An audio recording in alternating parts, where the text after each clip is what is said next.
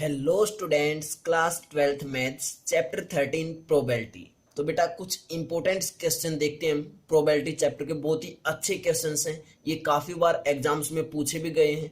तो बेटा देखते हैं फर्स्ट क्वेश्चन क्या है। The odds against a solving a certain problem. क्या फर्स्ट क्वेश्चन हमारे पास, the odds against a solving a certain problem are 4-3। 4-3 का बच्चों यहाँ पे क्या मीनिंग है? 4-3 का बच्चों यहाँ पे मीनिंग कि 4:3 and the odds in favour. देखो ध्यान से देखो बेटा, यहाँ पे अगेंस्ट बोला है, यहाँ पे फेवर बोला है। And the odds in favour of B solving the same problem are 7-5। 7-5 का मतलब क्या है? 7:5। Find the probability that the problem will be solve. तो हमें प्रोबेबिलिटी निकालनी है कि प्रॉब्लम कैसे सोल्व की होगी। क्या पता ए ने प्रॉब्लम सोल्व की हो, बी ने ना की हो, या फिर बी ने की हो, ए ने नहीं की हो, या फिर दोनों ही ने क्या कर दिया बच्चों, प्रॉब्लम को सोल्व कर दिया हो। क्लियर है? तो बेटा करते हैं इसका सॉल्यूशन। देखो ए जो है, ए है, ए की जो रेशो दे रखी है वो क्या रेशो दे रखी है? ए की जो रेशो है हमारे पास वो रेशो है बच्चों 4:3। यही है जो रेशो बच्चों, वो क्या है? 4:3 है। क्लियर है? कितनी है रेशो? 4:3। अब अगेंस्ट बोला है, अगेंस्ट बोला है तो मैं यहाँ पे साथ में अगेंस्ट भी लिख देता हूँ। अच्छा क्वेश्चन है बेटा, इसलिए मैं टाइम लगाऊंगा, थोड़ा सा आराम से करेंगे, कोई फास्टली नहीं करेंगे। ठीक है? अगेंस्ट बोला है तो देखो बेटा, अगेंस्ट बोला है तो ये 4 क्या होगा हमारे पास? क्या होगा? Unfavourable case. और ये 3 क्या होगा? फेवरेबल। मीन्स जो रेशो में अगर अगेंस्ट बोला है तो जो रेशो दे रखी है उसमें जो फर्स्ट टर्म होती है वो क्या होती है हमारे पास? अगर अगेंस्ट बोला है तो क्या होती है बच्चों? वो होती है हमारे पास अनफेवरेबल। तो यहाँ पे मैं लिख देता हूँ इसके नीचे, ताकि तुम्हें लॉन्ग टाइम के लिए याद रहे, अनफेवरेबल। क्लियर है? और 3 क्या हमारे पास है? फेवरेबल। ये चीजें हम कर चुके हैं बेटा चैप्टर में, तो फेवरेबल अनफेवरेबल के बारे में तुम्हें जरूर पता होना चाहिए। क्लियर इतना? उसके बाद अब हमें पता चल चुका है कि 4 अनफेवरेबल है, 3 फेवरेबल है। और हमने क्या करना है?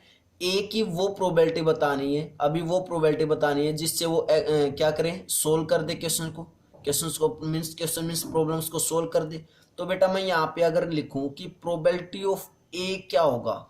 प्रोबेबिलिटी ऑफ ए मीन्स ए जब प्रॉब्लम को सोल्व करेगा तो उसकी प्रोबेबिलिटी क्या होगी, कैसे निकलेगी?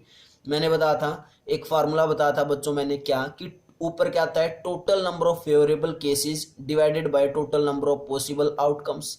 यही बताया था। अब टोटल केसेस कितने हो जाएंगे? 4 + 3। ये क्या हो जाएंगे बच्चों? Total cases. मैं यहाँ पे लिख देता हूं टोटल केसेस। टोटल केसेस तो कितने बनेंगे बच्चों? 4 + 3 मीन्स 7 बनेंगे। लेकिन फेवरेबल मीन्स पास प्रॉब्लम को सोल्व करने की प्रोबेबिलिटी जो होगी वो क्या होगी? फेवरेबल की होगी। तो total number of favourable cases कितने हैं? 3। और divided by total number of possible outcomes कितनी है? टोटल केसेस कितने हैं? 7। तो बेटा ए की प्रॉब्लम सोल्व करने की प्रोबेबिलिटी क्या होगी? 3/7 होगी। क्या 3/7 कैसे आए? ये क्लियर है? सेम ऐसे ही जो बी है उसकी प्रोबेबिलिटी लिखते हैं। क्या प्रोबेबिलिटी? 7:5 है। लेकिन साथ में क्या बोला है? फेवर बोला है। मीन्स अगेंस्ट नहीं है, फर्स्ट की तरह अगेंस्ट नहीं है, फेवर में बोला है। फेवर में बोला है तो बच्चों ये 7 क्या हो जाएगा यहाँ पे? फेवरेबल केस हो जाएगा। जो फर्स्ट है रेशो में, फर्स्ट टर्म उसको क्या बोलेंगे? फेवरेबल। और जो सेकेंड टर्म है वो क्या हो जाएगी यहाँ पे? अनफेवरेबल। क्लियर है इतना? कैसे रेशो में हम पहचानेंगे वो बात क्लियर है। ये क्या है? अनफेवरेबल। ये क्या है बच्चों? फेवरेबल। क्लियर है? अब जब बी प्रॉब्लम को सोल्व करेगा तो उसकी प्रोबेबिलिटी क्या होगी? सेम ऐसे इसकी निकालेंगे। यहाँ पे टोटल केसेस कितने बनेंगे? टोटल केसेस कितने बनेंगे बच्चों? 7 + 5। 7 + 5 इज 12। तो यहाँ पे टोटल केसेस बने हमारे 12। और प्रोबेबिलिटी ऑफ बी जब निकालेंगे तो क्या होता है? ऊपर क्या आता है बच्चों? Total number of favourable cases. और फेवरेबल केस कितने हैं? 7 divided by total number of possible outcomes. और पॉसिबल आउटकम्स कितनी है? 12। तो बी जब प्रॉब्लम को सोल्व करेगा उसकी प्रोबेबिलिटी क्या होगी? 7/12 होगी। क्लियर यहाँ तक? अब हमारे पास प्रोबेबिलिटी ऑफ ए आ चुकी है, प्रोबेबिलिटी ऑफ बी आ चुकी है। मीन्स ए जब प्रॉब्लम को सोल्व करता है तो उसकी प्रोबेबिलिटी है 3/7, बी जब उस प्रॉब्लम को सोल्व आउट करता है तो 7/12 है। क्लियर है। अब हम निकाल लेंगे क्या कि जब ए प्रॉब्लम को ना सोल्व करे तो क्या प्रोबेबिलिटी होगी। उसके दो तरीके बताए थे। मीन्स प्रोबेबिलिटी ऑफ नोट ए को हम कैसे भी लिखते थे बच्चों, प्रोबेबिलिटी ऑफ ए का कॉम्प्लीमेंट भी लिख देते थे, ऐसे लिख देते थे ए बार, और वो किसके इक्वल होता था, 1 माइनस प्रोबेबिलिटी ऑफ ए के इक्वल होता था।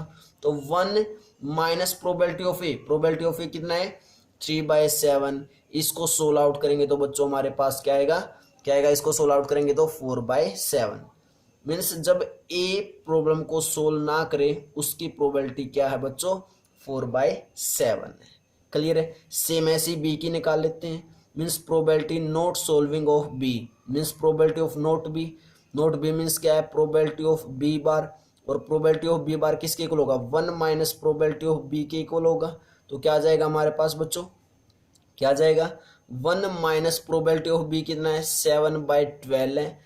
तो 1 माइनस 7/12 करेंगे तो बच्चों हमारे पास कितना आएगा, 12 माइनस 7 कितना आया, 5 आया।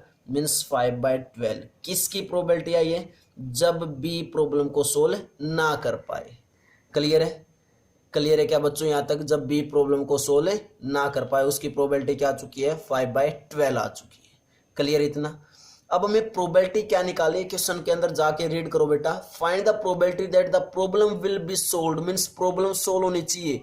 अब प्रॉब्लम को बेटा ए भी सोल्व कर सकता है, बी भी सोल्व कर सकता है, या फिर दोनों भी सोल्व कर सकते हैं। सोल्विंग की पूछी ना प्रोबेबिलिटी, तो हम क्या लिखेंगे लास्ट में कि टोटल प्रोबेबिलिटी, जो टोटल प्रोबेबिलिटी होगी वो क्या होगी बच्चों, क्या पता ए प्रॉब्लम को सोल्व कर दे, ए प्रॉब्लम को क्या कर दे सोल्व, लेकिन बी प्रॉब्लम को सोल्व ना कर पाए। क्या पता बच्चों बी प्रॉब्लम को सोल्व कर दे और ए प्रॉब्लम को सोल्व ना कर पाए। क्या पता दोनों ही प्रॉब्लम को क्या कर दे बेटा, सोल्व कर दे। तो probability of A into probability of B निकाल सकते हैं इजिली। प्रोबेबिलिटी ऑफ ए कितना आया था हमारे पास 3/7 into probability of B not कितना है, बी बार भी लगा सकते हैं और डैश भी लगा सकते हैं बच्चों। तो कितना आएगा ये 5/12 आएगा, प्लस प्रोबेबिलिटी ऑफ बी कितना है 7/12 into probability of not A कितना आता 4/7 plus probability of A is 3/7 into probability of B is 7/12। Clear है। सोल्व करते हैं बच्चों, क्या आएगा हमारे पास आंसर, देखते हैं, चेक करते हैं बच्चों कितना आया। 3 5 जा 15 divided by 7 into 12 is 84 plus 7 into 4 is 28 divided by 12 into 7 is 84 plus 3 into 7 is 21 divided by 84। इन तीनों को जब ऐड करेंगे तो बेटा एलसीएम तो क्या आएगा हमारे पास 84 ही आएगा। एलसीएम क्या आएगा 84, लेकिन ऊपर जब ऐड करेंगे तो कितना आएगा 64 आएगा। 4 से कट आउट करते हैं, 4 2 जा 8, 4 1 जा 4, 4 1 जा 4 और 4 6 जा 24। मीन्स हमारे पास क्या है बच्चों 16 बाय कितना आया 16/41, 16/41 क्या हो चुका बच्चों, ये हमारा आंसर हो चुका है। क्लियर बेटा। प्रोबेबिलिटी हमने कैसे निकाली किसकी, कि जब बेटा प्रॉब्लम क्या हो रही हो हमारी सोल्व हो रही हो। तो बहुत ही अच्छा क्वेश्चन है बेटा। कई बार एग्जाम्स में पूछा जाता है, बच्चे कंफ्यूज हो जाते हैं इसमें कि हम इसको कैसे करें, फेवरेबल केसेस और अनफेवरेबल केसेस, या फिर अगेंस्ट है या फेवर में है तो उसको हम कैसे सोल्व आउट करेंगे, कैसे हमें रेशोज दी गई है तो उसको कैसे सोल्व आउट करते हैं। तो बेटा बहुत ही इजी क्वेश्चन था, वैसे ही हार्ड लगते हैं बच्चों को क्योंकि बेटा टाइम पे नहीं कर पाते बच्चे ऐसे क्वेश्चंस को। ठीक है, तो तुम्हारे लिए बहुत ही अच्छा क्वेश्चन था, इसको प्रिपेयर करना है बहुत अच्छे से। ठीक है, और बेटा जो बच्चा न्यू है मेरे चैनल पे वो बच्चा जरूर चैनल को सब्सक्राइब लाइक और शेयर जरूर करे बेटा। बाय बाय बच्चों।